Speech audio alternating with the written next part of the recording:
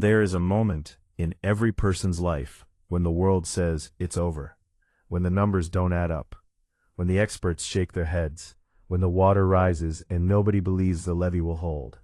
Most people walk away, but every once in a long while, someone doesn't. This is the story of a 69-year-old man, retired, forgotten, written off by the very industry that had consumed the best years of his life.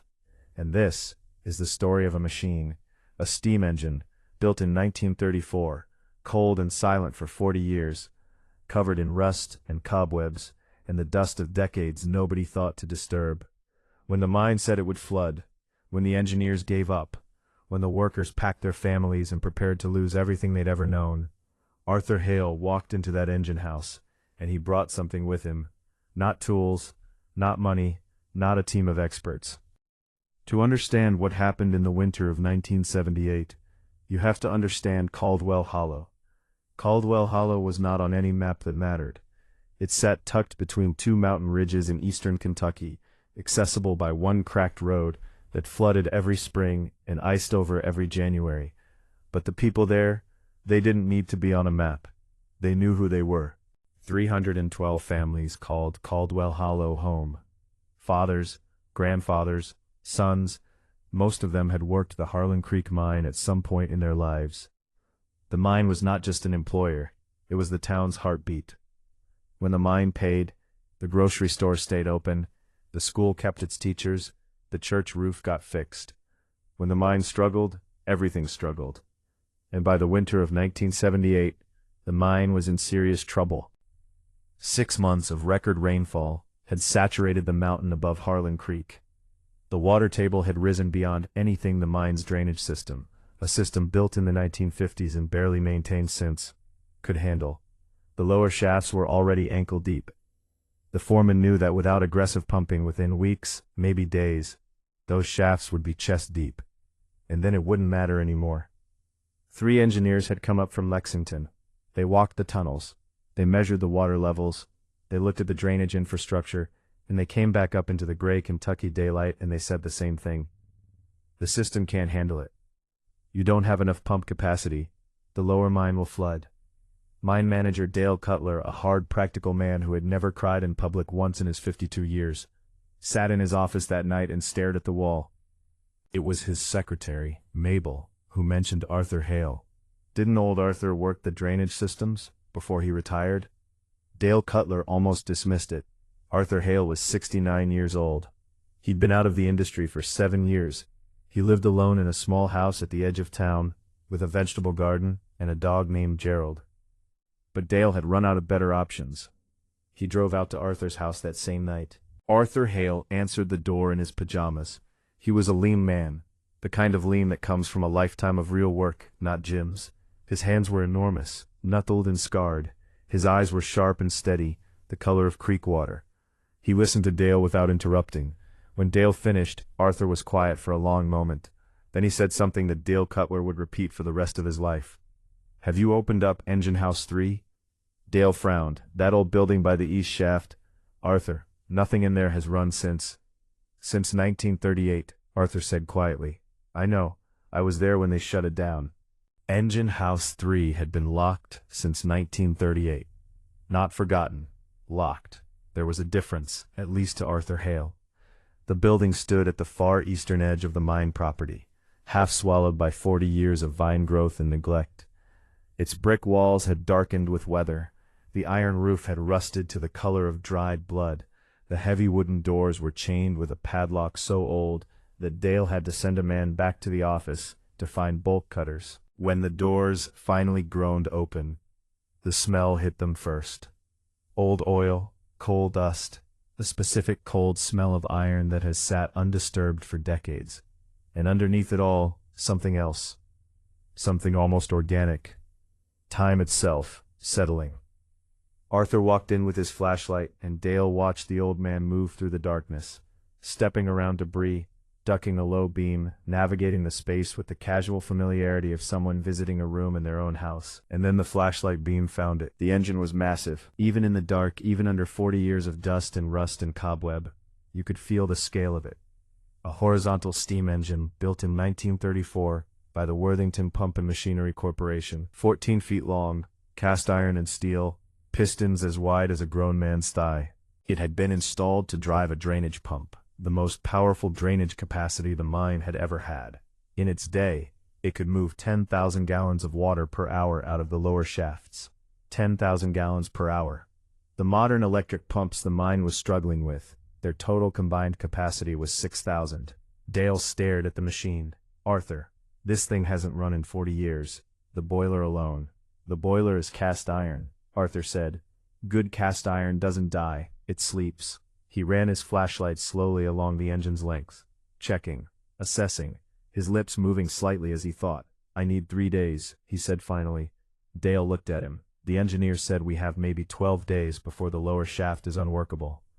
Then I need 3 days, Arthur repeated, as if the math were simple. Dale Cutler didn't have a better option. He nodded. What happened over the next 72 hours was not covered by any newspaper. No television crew came to Caldwell Hollow. The engineers in Lexington didn't know it was happening. It was just an old man, a cold engine, and a town that didn't know it was holding its breath. Arthur went home. He slept 4 hours.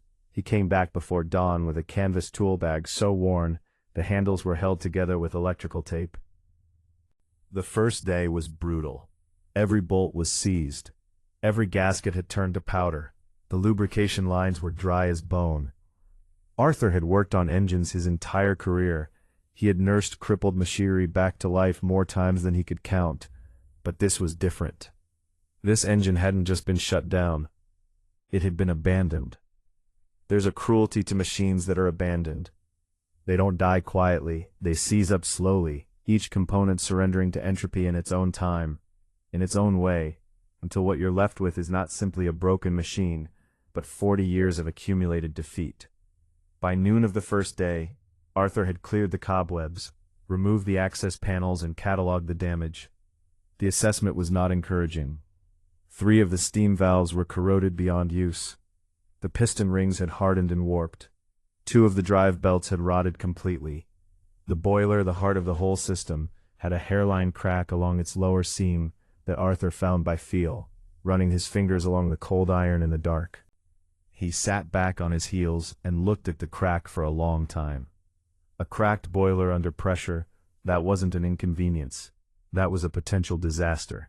Steam at operating pressure in a cracked boiler could fail catastrophically. He knew exactly what that looked like. He had seen it once, in 1951, at the Harmon No. 2 shaft. He never forgot what he saw. He drove into the nearest town, 40 minutes each way, and came back with marine epoxy, fiberglass cloth, and a hand grinder. He worked until midnight on the boiler repair. He slept in his truck for 3 hours, then woke and kept working. By the end of the second day, the water in the lower mine shaft had risen another 14 inches. Dale Cutler came to check on Arthur twice. Both times Arthur was deep inside the engine, unreachable for conversation, communicating only in the universal language of clanging metal and occasional muffled profanity. The workers knew something was happening in Engine House 3. Word had spread the way it always did in small towns. Not through announcements, but through the specific quality of silence that surrounds a story too important to speak out loud yet. Wives didn't ask their husbands what they'd heard. They just kept the supper warm a little longer. On the morning of the third day, Arthur Hale faced his real problem: the valves.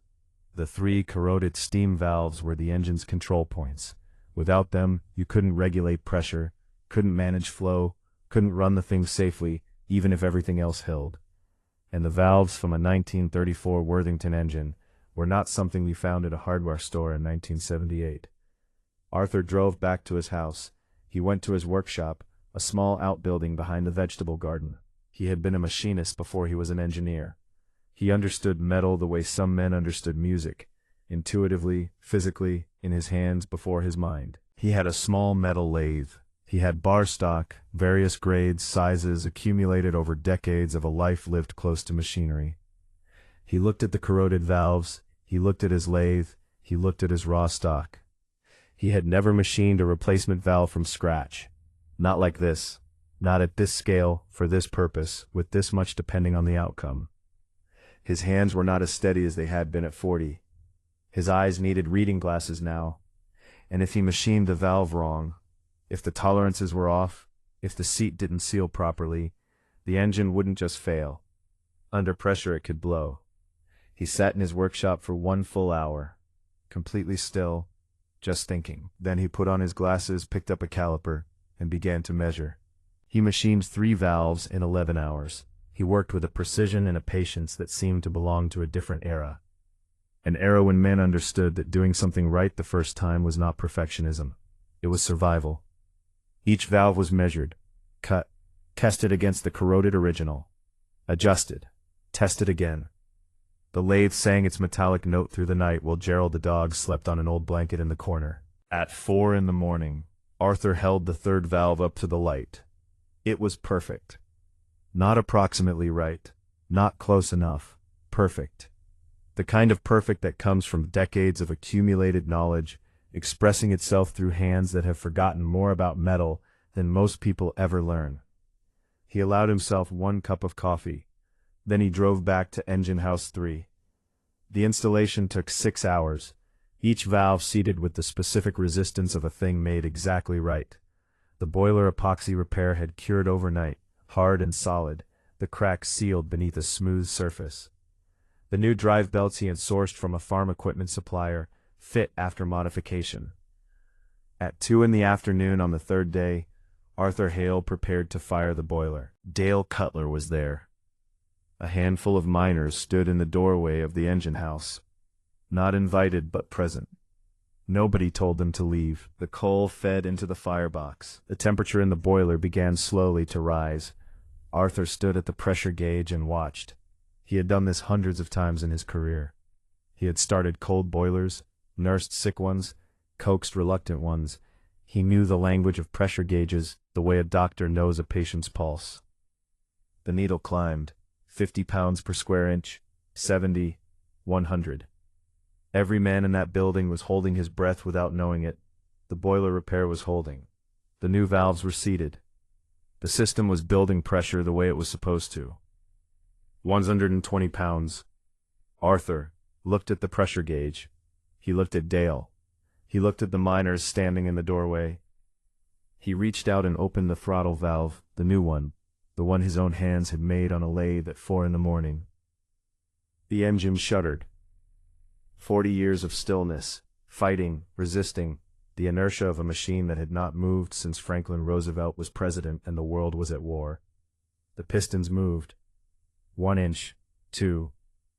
The flywheel, 14 feet in diameter, as heavy as a car, began impossibly slowly to turn.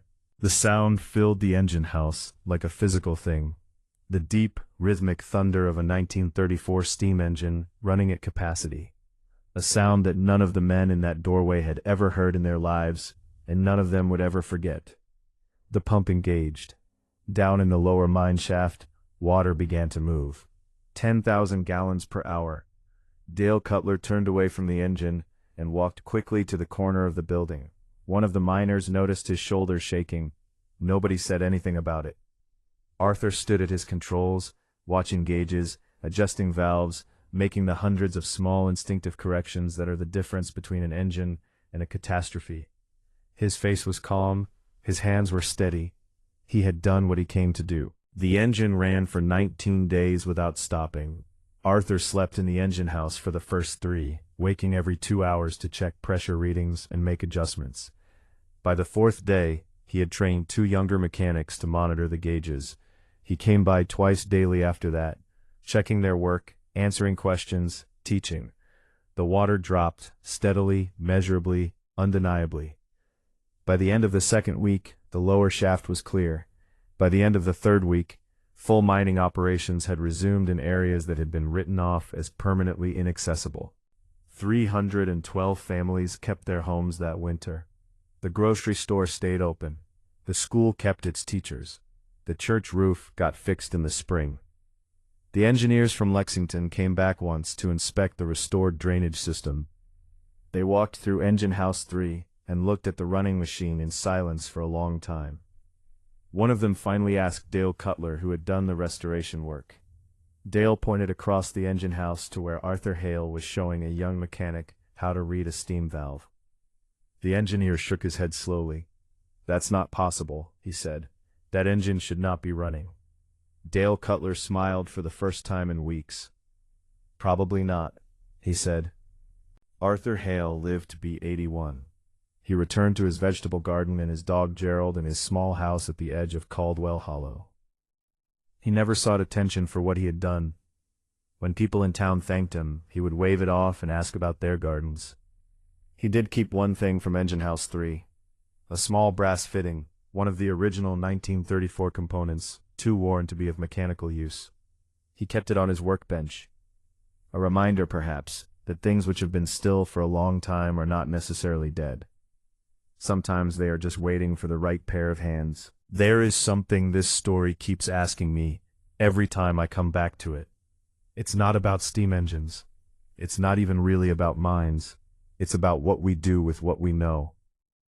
Arthur Hale spent 40 years gathering knowledge in shafts and engine houses and workshops, in the specific education that only comes from doing hard things with your hands for a very long time.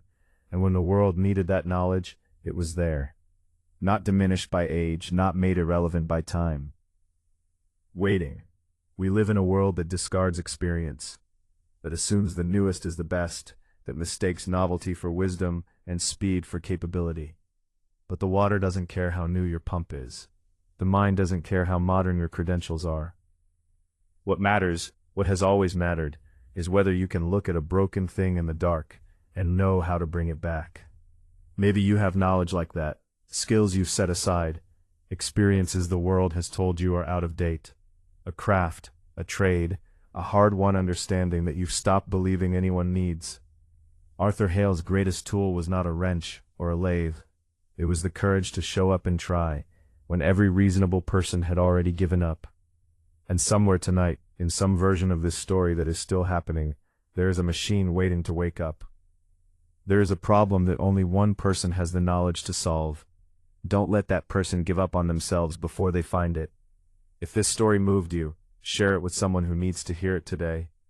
And subscribe, because every week we bring you the stories that remind you what human beings are truly capable of.